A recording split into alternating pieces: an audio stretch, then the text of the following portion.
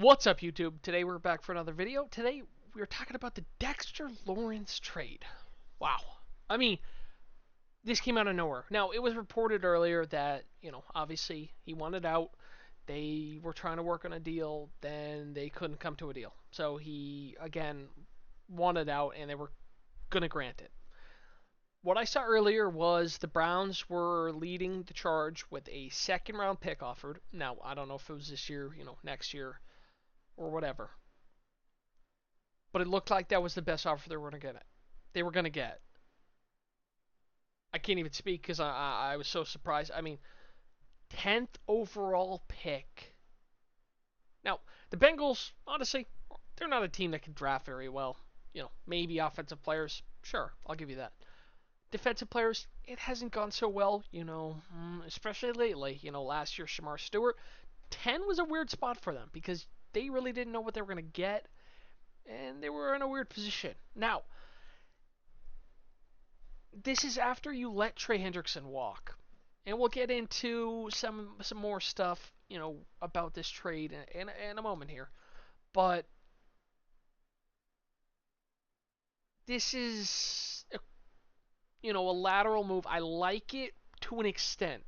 I don't think he's worth the number 10 pick. He's a good guy to get on that defense, build the middle. Geno Atkins was the last guy who was really dominant in the middle. They really needed something like that. Like I said before, I thought they could take Peter Woods at a time. Obviously, his stock has dropped quite a bit.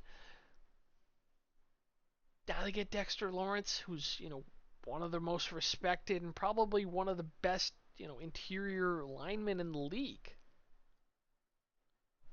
The Giants now get, pick 10 to go with pick 5. This is the beginning of the Jim Harbaugh era. John Harbaugh era, excuse me. With Joe Schoen. Joe Schoen once already has had the 2 first-round picks. I don't know if I've ever seen anyone have that before. But let's get into this trade in more detail. Now, Dexter Lawrence, if we look at his contract, obviously, he was on a 4-year, $87 million contract with the New York Giants, signed, as a rookie extension. Now, he is only 29 years old, going on, 30, and then 31, he'll be a free agent. Now, he's expected to sign a extension, obviously, with this trade. That was kind of the expectation. I'm sure we're going to see the details tomorrow. He's probably going to get the most in the league for a interior defensive lineman. I believe Milton Williams probably is the highest paid guy right now. But it's a weird move. Obviously he's 29 years old, like I just said. It's kind of just the Bengals panicking because they don't know what to do with their own pick, because they don't know what's going to happen. And I don't know what's going to happen. I wish I did. I always wish I do know what's going to happen, but I never could tell. And now, let's, if we look at the Giants' depth chart a little bit, kind of just, thinking about how this affects them and whatnot. Roy Robertson Harris, interior, Sam Roberts, obviously, we're going to expect them to add a guy in there. Brian Burns, Abdul Carter on the side, Thibodeau in there as well. Maybe he gets traded as well. Linebacker could probably be worked on. Corner, I don't mind it. Greg Newsome, decent signing. We can see the guys in yellow or the guys they bring in. Edmonds, Newsome, or Darius Washington. I like their safety position. Newbin as well. Jason Pinnock's not bad. This is a better team for sure. This is a team that defensive tackle is going to be a priority in the draft. They're going to draft someone eventually, for sure. Inside linebacker, Edmonds, any of this, Micah McFadden, Sonny Styles could work here. He most definitely could. On the offensive side, this is a team that loses Wan'Dale Robinson, their best receiver last year. Obviously, not their best receiver in total. That would be Malik Neighbors. But behind him, They signed Darnell Mooney. They signed Calvin Austin. Decent signings, I won't lie. Darius Slayton is an okay player. Isaiah Hodgins is decent. This guy's going to get cut. I don't even want to talk about him, bro. What a disappointment of a player, bro. You know, you don't have a lot back here. You don't. Andrew Thomas, John Runyon, John Michael Schmidt, Eleanor, right guard's questionable.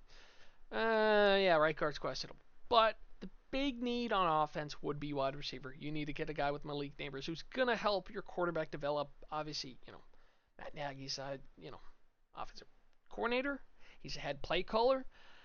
You know, it's gonna be an interesting season for the Giants. They have a lot of expectations as a potential fringe playoff team, as a team that could definitely take a jump. But looking at the Giants now too, after this trade, this clears a decent amount of cap. Like I said, he was making around 18 million. I mean, we could go back here too. He's making around 18 million a year. Average salary was 21.8. They have 18 mil this year, but this helps him open up a ton of cap. 95 million they're expected to have next year, which is absolutely fucking insane. This clears a lot in a very good draft class next year, obviously. You can kind of see some of these guys who are on here, a lot of their core guys who are already paid for as well, and under contract, and that's the big thing here. Obviously, Brian Burns is on a massive extension, and now you're trading Dexter Lawrence. You're opening up a lot of cap space. 204 million. Yeah, it's going to be a lot less players under contract. But if we look at Dexter Lawrence's stats through time, right? Through time, Dexter Lawrence. So he had a pick this year. I'll give him that one. He played every game, right? 17 games. Pro Bowl, All Pro second team, All Pro second team. All Pro. Defensive Player of the Year 9, and then a Pro Bowler. This year, so that's 7-5, 4-5, 9, and he had half a sack. He had zero point 0.5 more than myself or anyone watching. He had his lowest number of career tackles in a season he played the most games of his career. He had the least amount of QB hits in the, least amount of games he's played ever. Obviously, he's a former first round pick. Out of Clemson.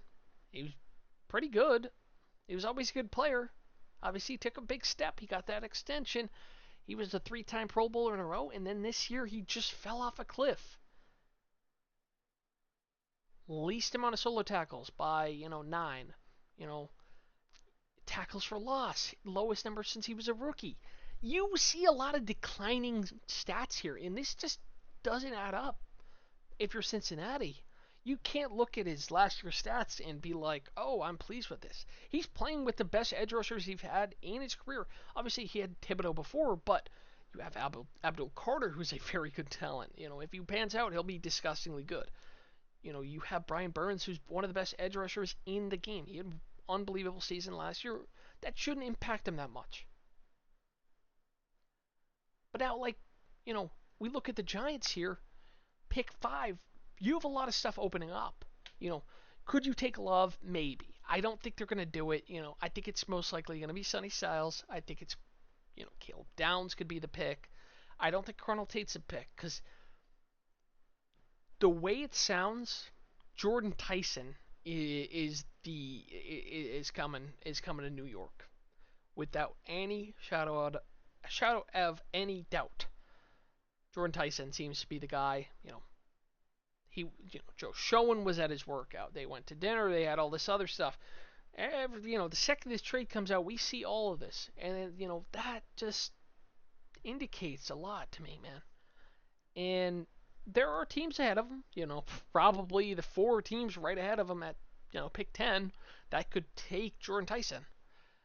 Most teams are probably going to have Tate above him and probably going to have Lemon above him too. As Jordan Tyson is the best receiver in the class if he stays on the field. He is an absolute demon. He has top 5 receiver potential. Him and, oh man, him and Neighbors would be absolutely insane. This isn't a super high-powered offense besides them. Obviously, Scat at a running back. You have Tracy. It could be Love. It really could be. I just don't think so. I think it's most likely. I think the pick is going to be Sonny Styles. You could go an offensive lineman, Fano, Monroe Freeling, Mawaga if he's there. Who knows?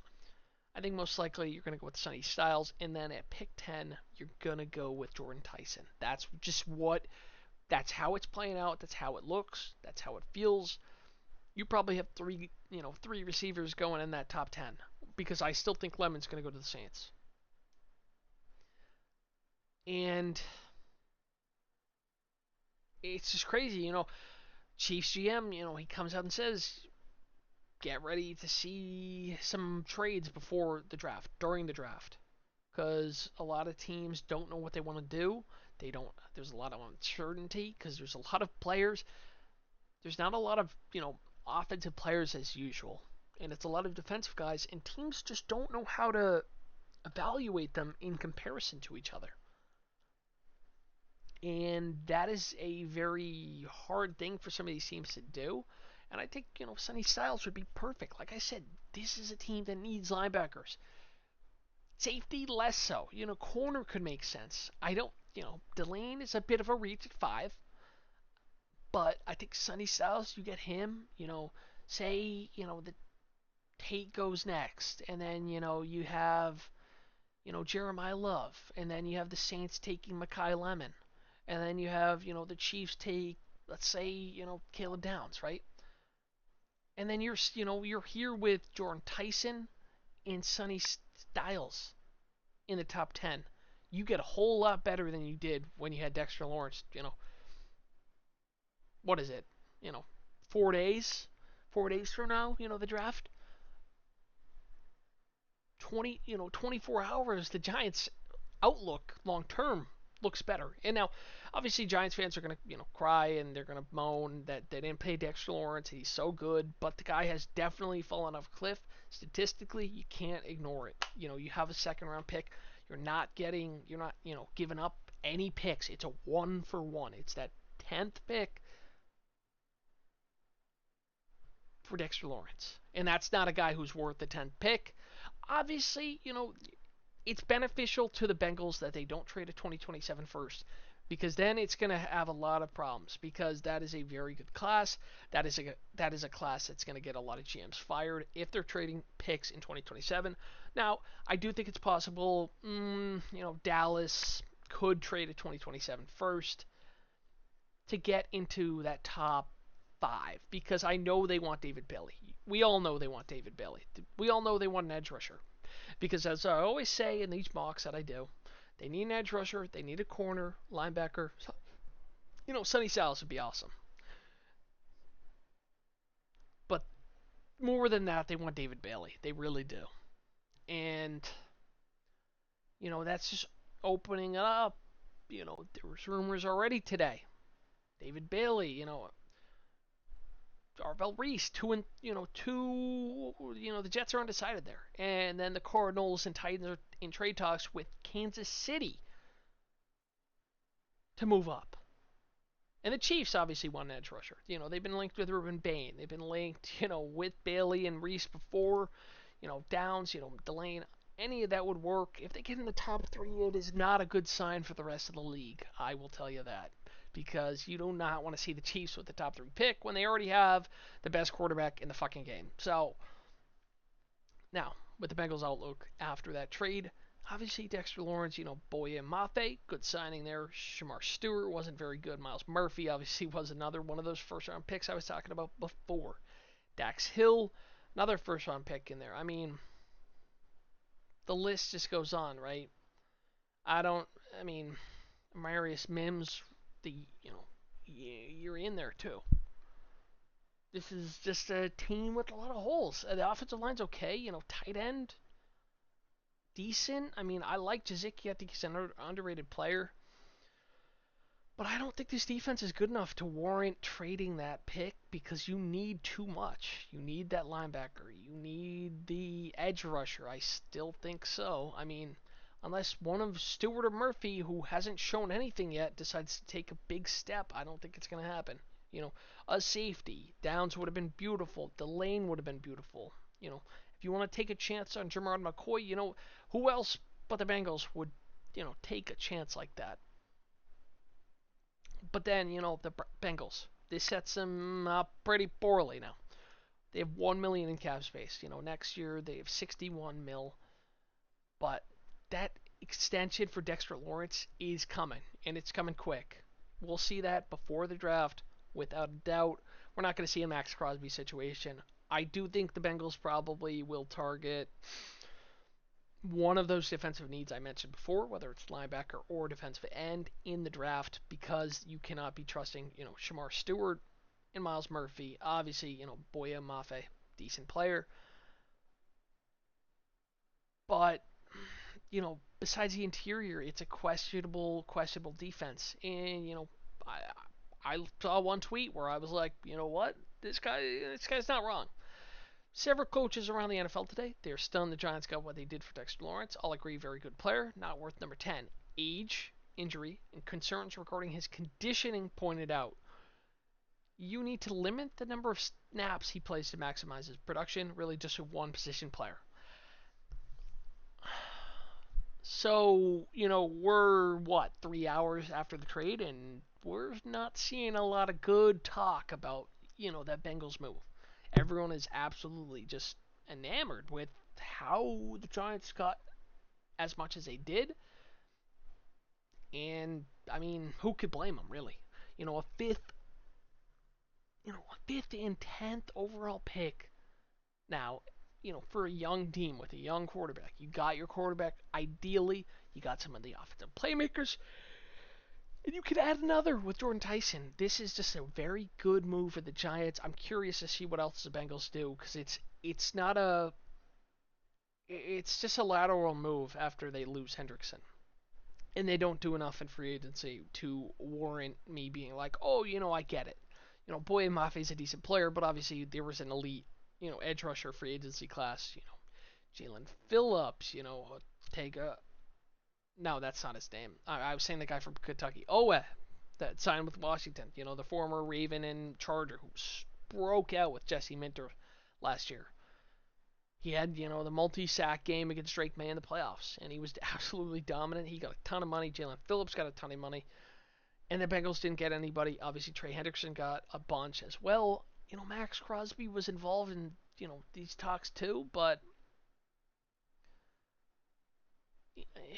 after he wanted out, he was probably going to get an extension too. And these are just, not enough from the Bengals. It's a team trying to get in the playoffs, but not the right way ever. This is just a clown show of an organization. Carson Palmer was right years ago, and he played for two, you could say three with the Raiders, three organizations that are just run by clowns, and it really sucks to see.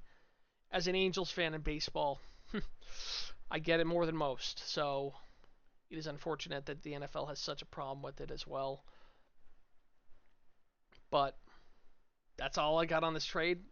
We will probably see some more trades, and I'll be posting some videos about it, hopefully, with my reaction. But the Giants got a good one, and I'll see y'all next time. The draft is coming soon. Thursday. Peace.